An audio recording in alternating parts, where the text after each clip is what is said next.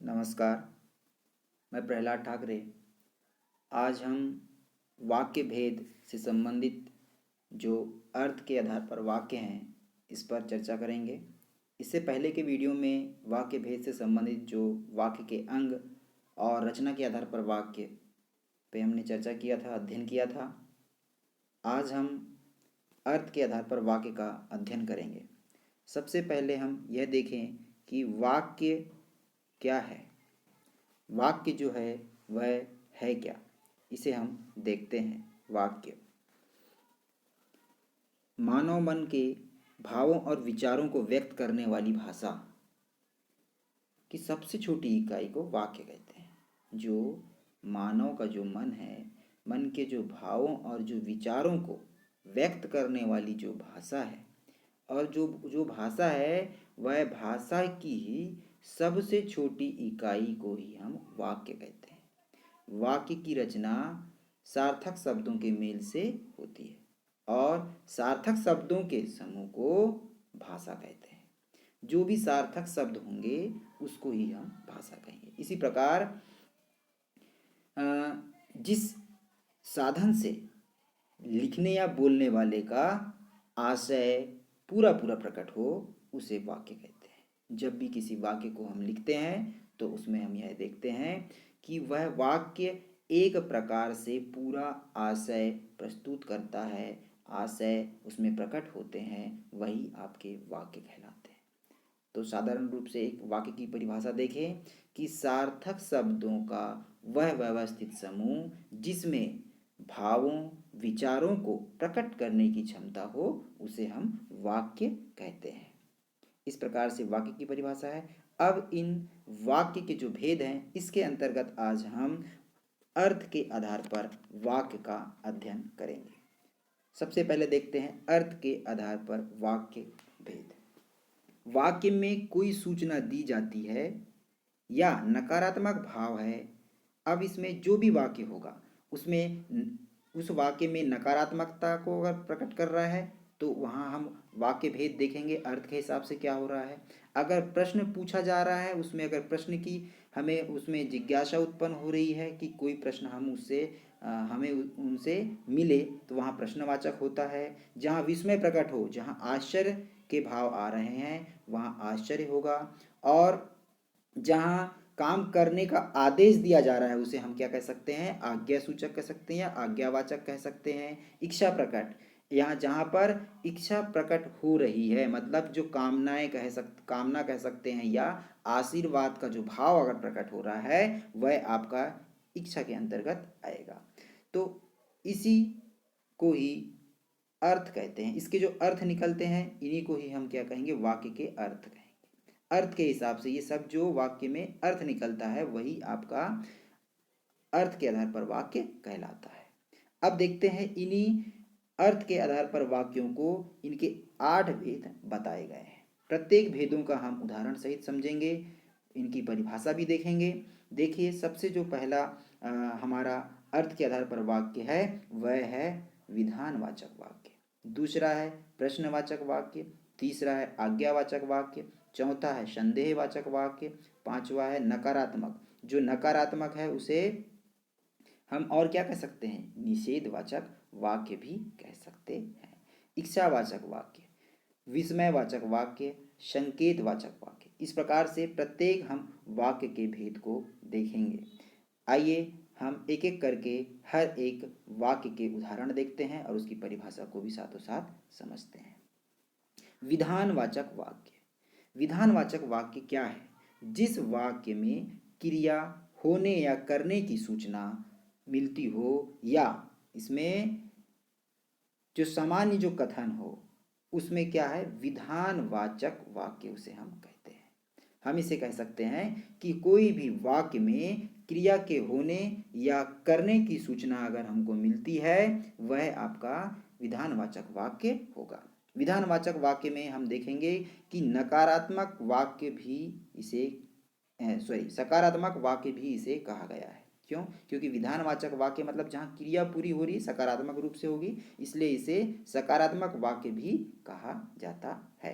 क्योंकि इस प्रकार के वाक्य में कई बार कई बार ये हम देखते हैं कि जो वाक्य होते हैं उन वाक्यों को ज्यों का त्यों ही मान लिया जाता है। यह हम विधानवाचक वाक्य के अंतर्गत देखेंगे।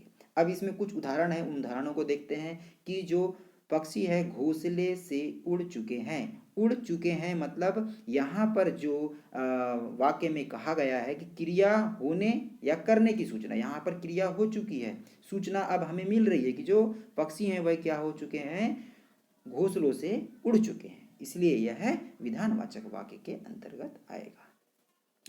कविता ने पाठ याद कर लिया है।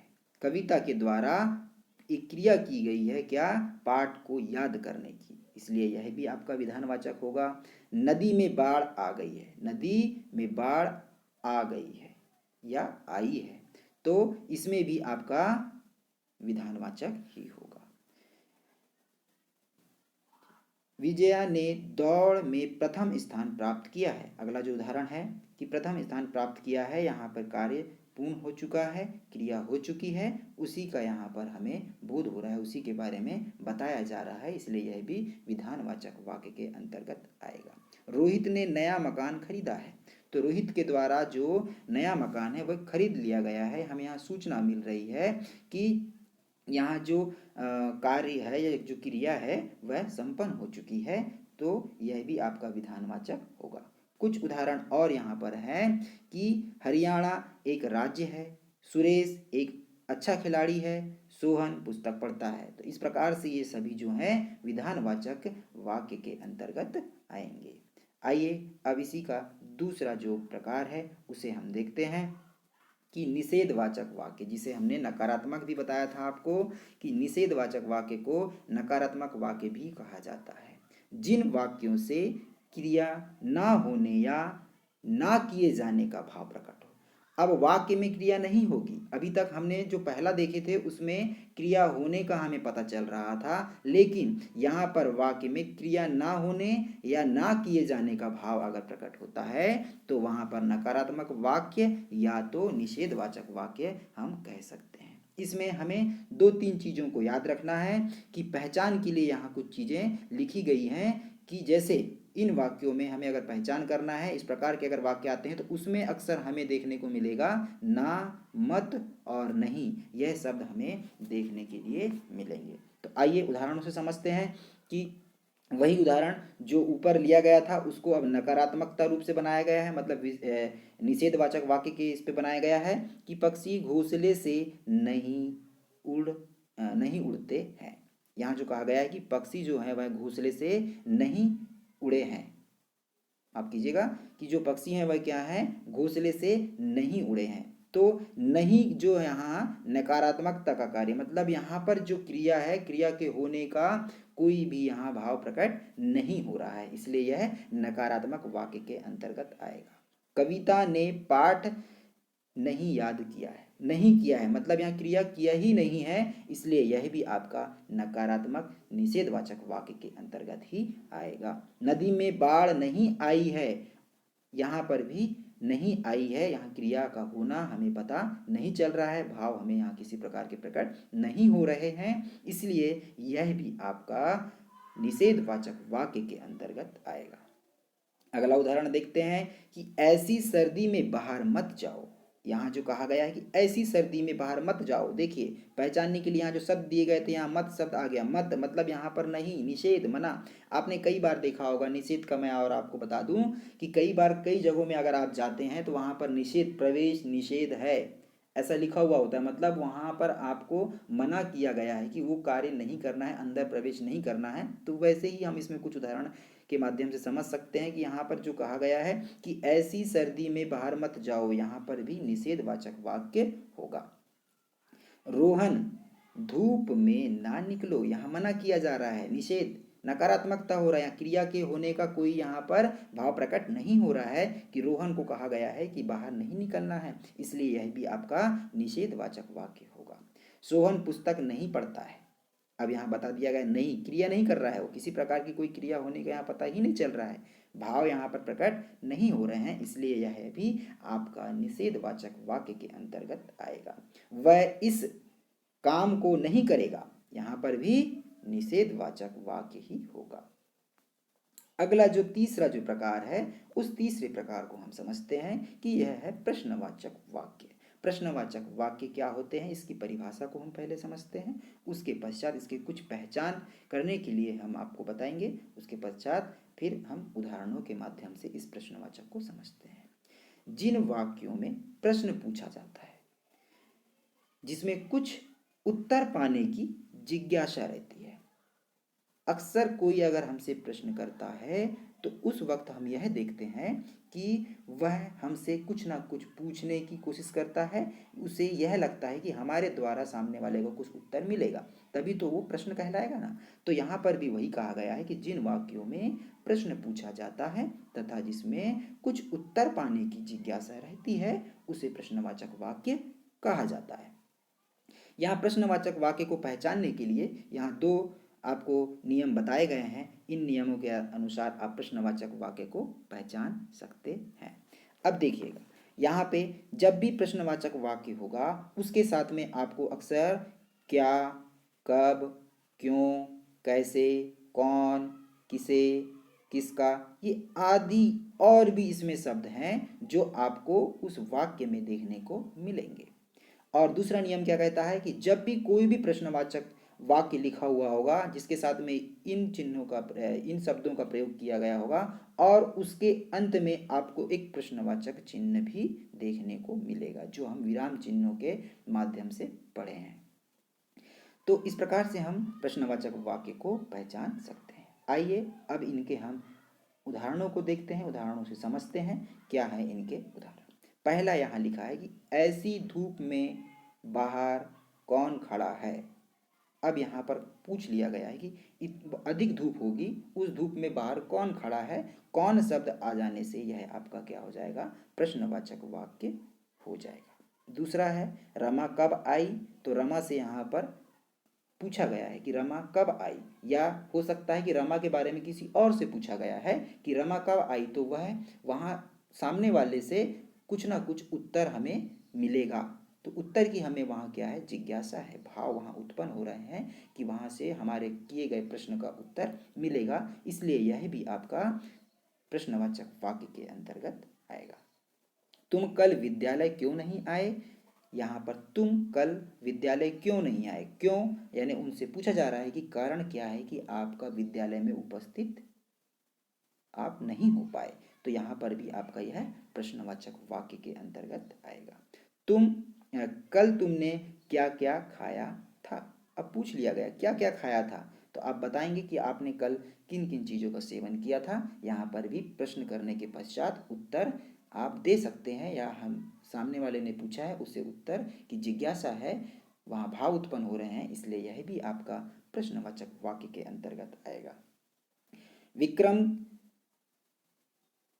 किसकी राह देख रहा है, यहाँ पूछा जा रहा है कि विक्रम जो है वह किसी की राह देखा जा रहा है, तो किसकी राह देखा जा रहा है, और साथ में यहाँ पर प्रश्नवाचक चिन्ह हर किसी के साथ में लगे हैं, तो यह इसलिए यह भी क्या है, प्रश्नवाचक वाक्य होगा। अगले यहाँ पे और भी उदाहरण दिए गए हैं। आपका क्या नाम है, यहाँ पर भी क्या नाम है आपका पूछा गया है, प्रश्नवाचक चिन्ह भी लगा है, इसलिए यह प्रश्नवाचक है। तुम्हारा जन्म कब हुआ था, कब हुआ था, यह भी प्रश्नवाचक है, यहाँ चिन्ह भी प्रश्नवाचक लगाया गया है। आप देख सकते हैं कि राम के पिता का क्या नाम है। अब यहाँ राम के पिता का नाम बताना है कि राम के पिता का क्या नाम है। तो इस प्रकार से जो सारे जो उदाहरण है यह प्रश्नवाचक के अंतर्गत है, क्योंकि इनमें जो वाक्य है इसमें प्रश्न पूछने के पश्चात जो उत्तर की जो जिज्ञासा है, जो भाव है वह उत्पन्न हो रहे हैं, प्रकट हो रहे हैं, और इन प्रश्नों के साथ इन वाक्यों के साथ प्रश्नवाचक चिन्ह का भी प्रयोग किया गया है। इस प्रकार से हमने प्रश्नवाचक देखा। अब अगला जो हमारा प्रकार है वह है आपका आज्ञावाचक वाक्य। आज्ञावाचक वाक्य की परिभाषा समझते हैं कि जिन वाक्यों में, जो भी वाक्य होंगे, जिन वाक्यों में आज्ञा या अनुमति देने वाले का भाव प्रकट होता है, देने लेने वाले का जो भाव है वह प्रकट होगा, है तो वह आज्ञावाचक वाक्य कहलाता है।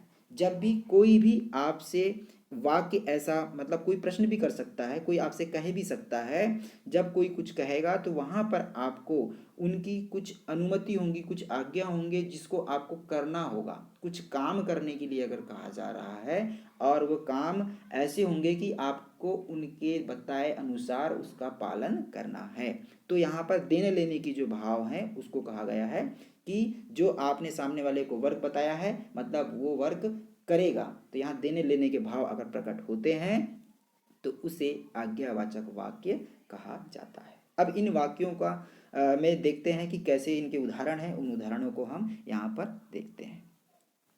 ठीक है, तो पहला जो उदाहरण है वह है कि किताब के पेज मत फाड़ो। यहाँ पर आपको किसी के द्वारा अनुमति दी जा रही है, आप किसी के द्वारा कहा जा रहा है, क्या कहा जा रहा है, आज्ञा का पालन करने के लिए कहा जा रहा है कि भाई किताब के जो पेज हैं उन्हें फाड़ना नहीं है। तो आप उनके कहे अनुसार उनके आज्ञा का पालन करेंगे, इसलिए यह आज्ञावाचक वाक्य के अंतर्गत आएगा।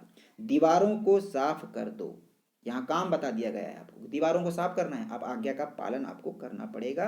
तो यहाँ पर जो देने लेने के जो हमने कहा है, आपने जो सुना है, आपको सुनने के पश्चात जो आपको बोला गया है उस कार्य को आप करेंगे। यहाँ देन लेन हो रहा है, यहाँ पे भाव प्रकट हो रहे हैं, इसलिए यह भी आज्ञावाचक है। आपने जन्मदिन पर एक पौधा लगाएं। अपने जन्मदिन पर क्या करना है, हमें एक पौधा लगाना है। अपने जन्मदिन के ऊपर एक पौधा लगाना है। यहाँ पर आपको किसी कार्य को बताया गया, अनुमति दी गई है, आपको अपने जन्मदिन पर एक एक पौधा लगाना है। यह काम कल तक जरूर पूरा कर देना। यह काम कल तक आपको बोला जा रहा है कि यह काम कल तक जरूर पूरा कर देना, तो यह भी आज्ञावाचक है। यह कार्य करिए, आपको कुछ कार्य और दे दिए गए हैं, यह कार्य करिए, यह भी आपका आज्ञावाचक के अंतर्गत आएगा। इस पाठ को पढ़ो, यह भी आज्ञावाचक है। चुप रहो, आपको अनुमति का पालन करना है, आज्ञा का पालन करना है। बाहर जाओ, आप अंदर शोर कर रहे हैं, हो सकता है आपको कहा गया है कि बाहर जाओ, तो आपको यह भी आज्ञावाचक है।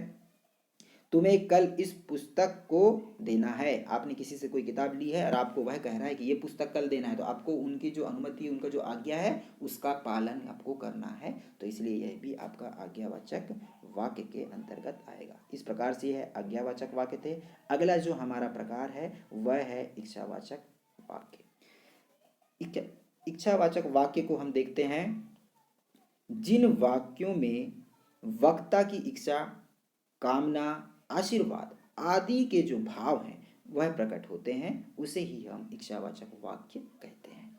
अब वह इच्छा करता है, कामना करता है, आशीर्वाद देता है, या तो कामना कर लेगा कि सोच लेगा, इच्छा अपनी व्यक्त करेगा या आशीर्वाद देगा, ऐसे भाव अगर प्रकट होते हैं वाक्य के माध्यम से तो वह सारे आपके इच्छावाचक वाक्य के अंतर्गत आएंगे। उन्हीं के कुछ उदाहरण यहाँ पर इस प्रकार हैं, देखते हैं, प्रत्येक उदाहरणों को समझते हैं। कि मित्र जन्मदिन की ढेर सारी बधाई, इच्छा व्यक्त कर रहे हैं कि तुम्हें मैं तो आशीर्वाद दे रहा हूँ कि ढेर सारी बधाइयाँ, खुश रहो। तो इस प्रकार से यह भी इच्छावाचक है। ईश्वर करे आप खूब उन्नति करें, यहाँ पर भी इच्छावाचक है। हमने चाहा था कि हम साथ साथ रहें, यहाँ पर भी इच्छा को व्यक्त की जा रही है कि मेरी इच्छा थी कि हम क्या करें, साथ साथ रहें, इसलिए यह भी इच्छावाचक है। काश इस समय सुमन साथ होती, तो यहाँ पर उनकी इच्छा थी कि उनके साथ में, उनके समक्ष सुमन जो भी है वह वहाँ उपस्थित रहती तो और कुछ होता, ऐसा उनकी कामना थी, ऐसी उनकी इच्छा है। अगला देखते हैं, मैं चाहता हूँ कि सभी स्वस्थ रहें। उनकी ऐसी कोशिश है, ऐसा वो चाहते हैं कि सारे जो लोग हैं वह क्या रहें, स्वस्थ रहें, अच्छे से रहें। इस प्रकार से ईश्वर तुम्हारी लंबी आयु करे, यह भी आपका इच्छावाचक है। तुम्हारा 9 वर्ष अच्छा गुजरे, जो नया वर्ष है उसकी कामना कर रहे हैं कि आपका नया वर्ष जो है अच्छी तरीके से, अच्छे से गुजरे, अच्छे से व्यतीत हो। तो यहाँ जितने भी वाक्य हैं ये सभी इच्छाओं को व्यक्त कर रहे हैं, कामना कर रहे हैं, आशीर्वाद दे रहे हैं। यह भाव यहाँ पर इन वाक्यों को पढ़ने के पश्चात हमें प्रकट हो रहे हैं, इसलिए यह सारे वाक्य इच्छावाचक वाक्य के अंतर्गत आएंगे। आइए इसके पश्चात हम 6वां नंबर जो है हमारा विस्मय वाचक वाक्य के बारे में हम समझते हैं कि विस्मय वाचक वाक्य क्या होता है। जहां पर भी विस्मयवाचक वाक्य का जो अर्थ है उसे आश्चर्य से कहा गया है, आश्चर्य हो। अब जिन वाक्यों में आश्चर्य हो, हर्ष हो, घृणा हो, प्रशंसा हो, या शोक हो, दुख हो, भय हो, है ना, ये जो जितने भी जो भाव हैं ये अभिव्यक्त अगर होते हैं तो वह सारे आपके इच्छावाचक वाक्य के अंतर्गत आते हैं। अब इन जो वाक्य हैं, इन वाक्यों के कुछ यहाँ पहचान के लिए आपको यहाँ पर बताया गया है कि इनकी पहचानने के लिए दो नियम आपके समक्ष हैं। इन नियमों को हम देखते हैं। पहला नियम क्या कह रहा है कि जब भी हम इच्छावाचक वाक्य, विस्मय वाचक वाक्य, इच्छावाचक वाक्य नहीं, विस्मयवाचक वाक्य को अगर हम अध्ययन करेंगे या वाक्य ऐसे हमारे समक्ष आ जाते हैं तो उसमें आप देखेंगे कि वाक्य में अहो और विस्मय बोधक चिन्ह का प्रयोग होगा। आह, हाय, छी, अरे, इन शब्दों का प्रयोग किया जाता है। और शब्द के कोई भी शब्द दिया हुआ होगा उस शब्द के अंत में हम देखेंगे कि विस्मय बोधक जो चिन्ह है उसे हम देखते हैं। तो उससे तो हम बहुत कुछ समझ भी जाते हैं विस्मय बोधक चिन्ह से, और इन जो शब्द जो पहचान के लिए जो शब्द दिए गए हैं इन शब्दों से भी हम पहचान जाएंगे। आइए इनके कुछ उदाहरणों को देखते हैं। क्या क्या इनके उदाहरण हैं कि अरे कितना विशाल मैदान है। यहाँ पर अरे जो शब्द है मैदान को देखकर यहाँ पर वो है उनको विस्मय हो रहा है। तो यहाँ पर अरे जो शब्द है और विस्मय बोधक चिन्ह लगाया गया है, इसलिए यह विस्मय आदि बोधक चिन्ह के अंतर्गत आएगा, इस वाक्य के अंतर्गत आएगा। ओह, तुम आ गए, यह भी विस्मय वाचक वाक्य है। आह, इतना सुंदर फूल देखकर मन प्रसन्न हो उठा, तो यह भी आपका विस्मयवाचक वाक्य है। सावधान के बाद आप देखिएगा विस्मय बोधक चिन्ह का प्रयोग किया गया है। सावधान, ट्रक आ रहा है, मतलब यहाँ पर भी विस्मय बोधक का प्रयोग हुआ है। छी, नाले के पास बड़ी बदबू थी, तो यहाँ पर हमें इस शब्द से घृणा उत्पन्न हो रहा है, छी बोल दिया गया है ना। तो इस प्रकार से हम शब्दों को देख सकते हैं कि हर शब्दों के साथ में कुछ ना कुछ उसका एक अर्थ निकल रहा है। जहाँ आश्चर्य भी हो सकता है, जहाँ शोक भी हो सकता है, जहाँ घृणा भी हो सकता है, जहाँ खुशी भी हो सकती है, जहाँ दुख भी हो सकता है, भय भी हो सकता है। यह सारी तमाम चीज़ें विस्मय बोधक चिन्ह के अंतर्गत या विस्मयवाचक के अंतर्गत आता है, वाक्य के अंतर्गत। वाह, क्या बात है, मतलब यहाँ हम किसी चीज़ की हम प्रशंसा कर रहे हैं, वाह क्या बात है, प्रशंसित हो गए हैं। हाय, कितना गलत हुआ, यहाँ कुछ गलत हो जाने के पश्चात यहाँ पर हाय का शब्द का प्रयोग किया गया है और उसके साथ में विस्मय चिन्ह का भी प्रयोग किया गया है। ओह, जाकर दुख हुआ, यह जानकर सॉरी, ओ जानकर दुख हुआ, यहाँ पर भी विस्मय बोधक चिन्ह का प्रयोग किया गया है। इस प्रकार से यह कुछ वाक्य थे। आइए अब हम सातवां जो प्रकार है उसे हम देखते हैं कि संदेहवाचक वाक्य। जिन वाक्यों की क्रिया पूर्ण होने में संदेह होता है, कोई भी वाक्य पूर्ण होने में संदेह उत्पन्न हो, हम कह सकते हैं और क्या कि जिन वाक्यों से काम पूरा होने में संदेह होने का भाव प्रकट हो उसे हम संदेहवाचक वाक्य कह सकते हैं। अक्सर इनको भी पहचानने के लिए कुछ यहाँ नियम बताए गए हैं, उन नियमों को देख लेते हैं क्या क्या है। कि जब भी वाक्य के अंत में हम क्या देखने को मिलेगा, हमें होगी, होगा, ये जो शब्द हैं इन शब्दों को हम वाक्य के अंत में देखेंगे। और इनके साथ में एक चीज और देखने को मिल सकता है, होगी, होगा, ये भी हो सकता है, या चुका होगी या चुकी होगी, यह भी आपको देखने को मिल सकता है। और वाक्य के साथ में शायद, संभवतः जैसे शब्द भी देखने के लिए मिलेंगे। अक्सर ये शब्द रहेंगे वाक्य के साथ में, तभी वह संदेहवाचक वाक्य होगा। आइए इनके हम उदाहरण देखते हैं। उदाहरण इस प्रकार है कि अब तक फसल कट चुकी होगी। कट चुकी होगी यहाँ हो भी सकता है और नहीं भी हो सकता वह कार्य, इसलिए यह क्या होगा, संदेह के अंतर्गत आ रहा है। रमा खाना पका चुकी होगी, अब पता नहीं रमा ने खाना बनाया है या नहीं बनाया है, यहाँ पर भी संदेह उत्पन्न हो रहा है। दीपक बुझ गया होगा, गया होगा, अब पता नहीं दीपक बुझा है या नहीं बुझा है। इस प्रकार से अगला जो उदाहरण है वह है संभवतः विजय विद्यालय से घर जा संभवतः विजय विद्यालय से घर आ गया होगा। आ गया होगा, अब पता नहीं विजय घर आया है या नहीं आया है, यह भी आपका संदेह के अंतर्गत आ रहा है। अब शायद बारिश बंद हो जाए। शायद शब्द यहाँ पर आ गया है। इस प्रकार से हम शब्दों को देखकर समझ सकते हैं और वाक्य से भी हमें पता चल रहा है कि वाक्य में यहाँ पर जो क्या है, संदेह, काम जो है वह पूर्ण नहीं हो रहे हैं। काम पूरा होने का हमें पता नहीं चल रहा है कि वह कार्य हुआ है या नहीं हुआ है, तो वहाँ पर भी हमें संदेह उत्पन्न हो रहा है। इसलिए यह सारे उदाहरण आपके संदेहवाचक वाक्य के अंतर्गत आएंगे। अब है ऋतिक पढ़ रहा होगा। अब पता नहीं है कि ऋतिक पढ़ रहा है कि नहीं पढ़ रहा है, यहाँ पर भी हमें कार्य का जो है संदेह उत्पन्न हो रहा है। शायद मैं कल जाऊंगा। अब जाएंगे या नहीं जाएंगे इसका भी हमें संदेह है, इसलिए यह भी आपका संदेहवाचक वाक्य के अंतर्गत आएगा। अब आइए अंतिम जो हमारा प्रकार है अर्थ के आधार पर, आठवां जो प्रकार है संकेतवाचक वाक्य। संकेतवाचक वाक्य होते क्या हैं इसे हम समझते हैं।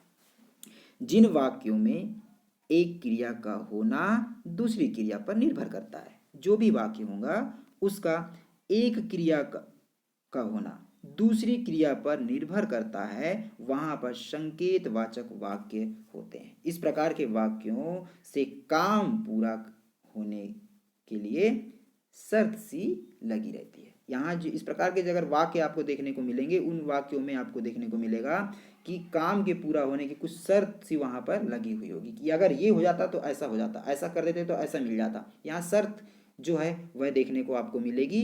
तो हम कह सकते हैं कि एक क्रिया का होना दूसरी क्रिया पर निर्भर करता है, वही आपका संकेतवाचक वाक्य कहलाता है। आइए इनके कुछ उदाहरण हैं, उन उदाहरणों को हम समझते हैं। क्या है इनके उदाहरण कि पहला उदाहरण जो है कि यदि वर्षा रुकती तो मैं घर जाता। यदि वर्षा रुकती तो, यदि वर्षा रुक जाती तो, यहाँ शर्त आ गई, रुकती तो जाता ना, तो यहाँ पर क्या उत्पन्न हो रहा है, संकेत किया जा रहा है, बताया जा रहा है इस वाक्य में कि एक जो क्रिया है अगर वो होती तो दूसरी क्रिया का होना पक्का था। तो यहाँ पर भी संकेतवाचक वाक्य है। अगर जल्दी आते तो टिकट मिल जाती। अगर जल्दी आते तो, यहाँ पर भी संकेत किया जा रहा है। यदि डॉक्टर समय पर आ जाते तो मरीज की जान बच जाती।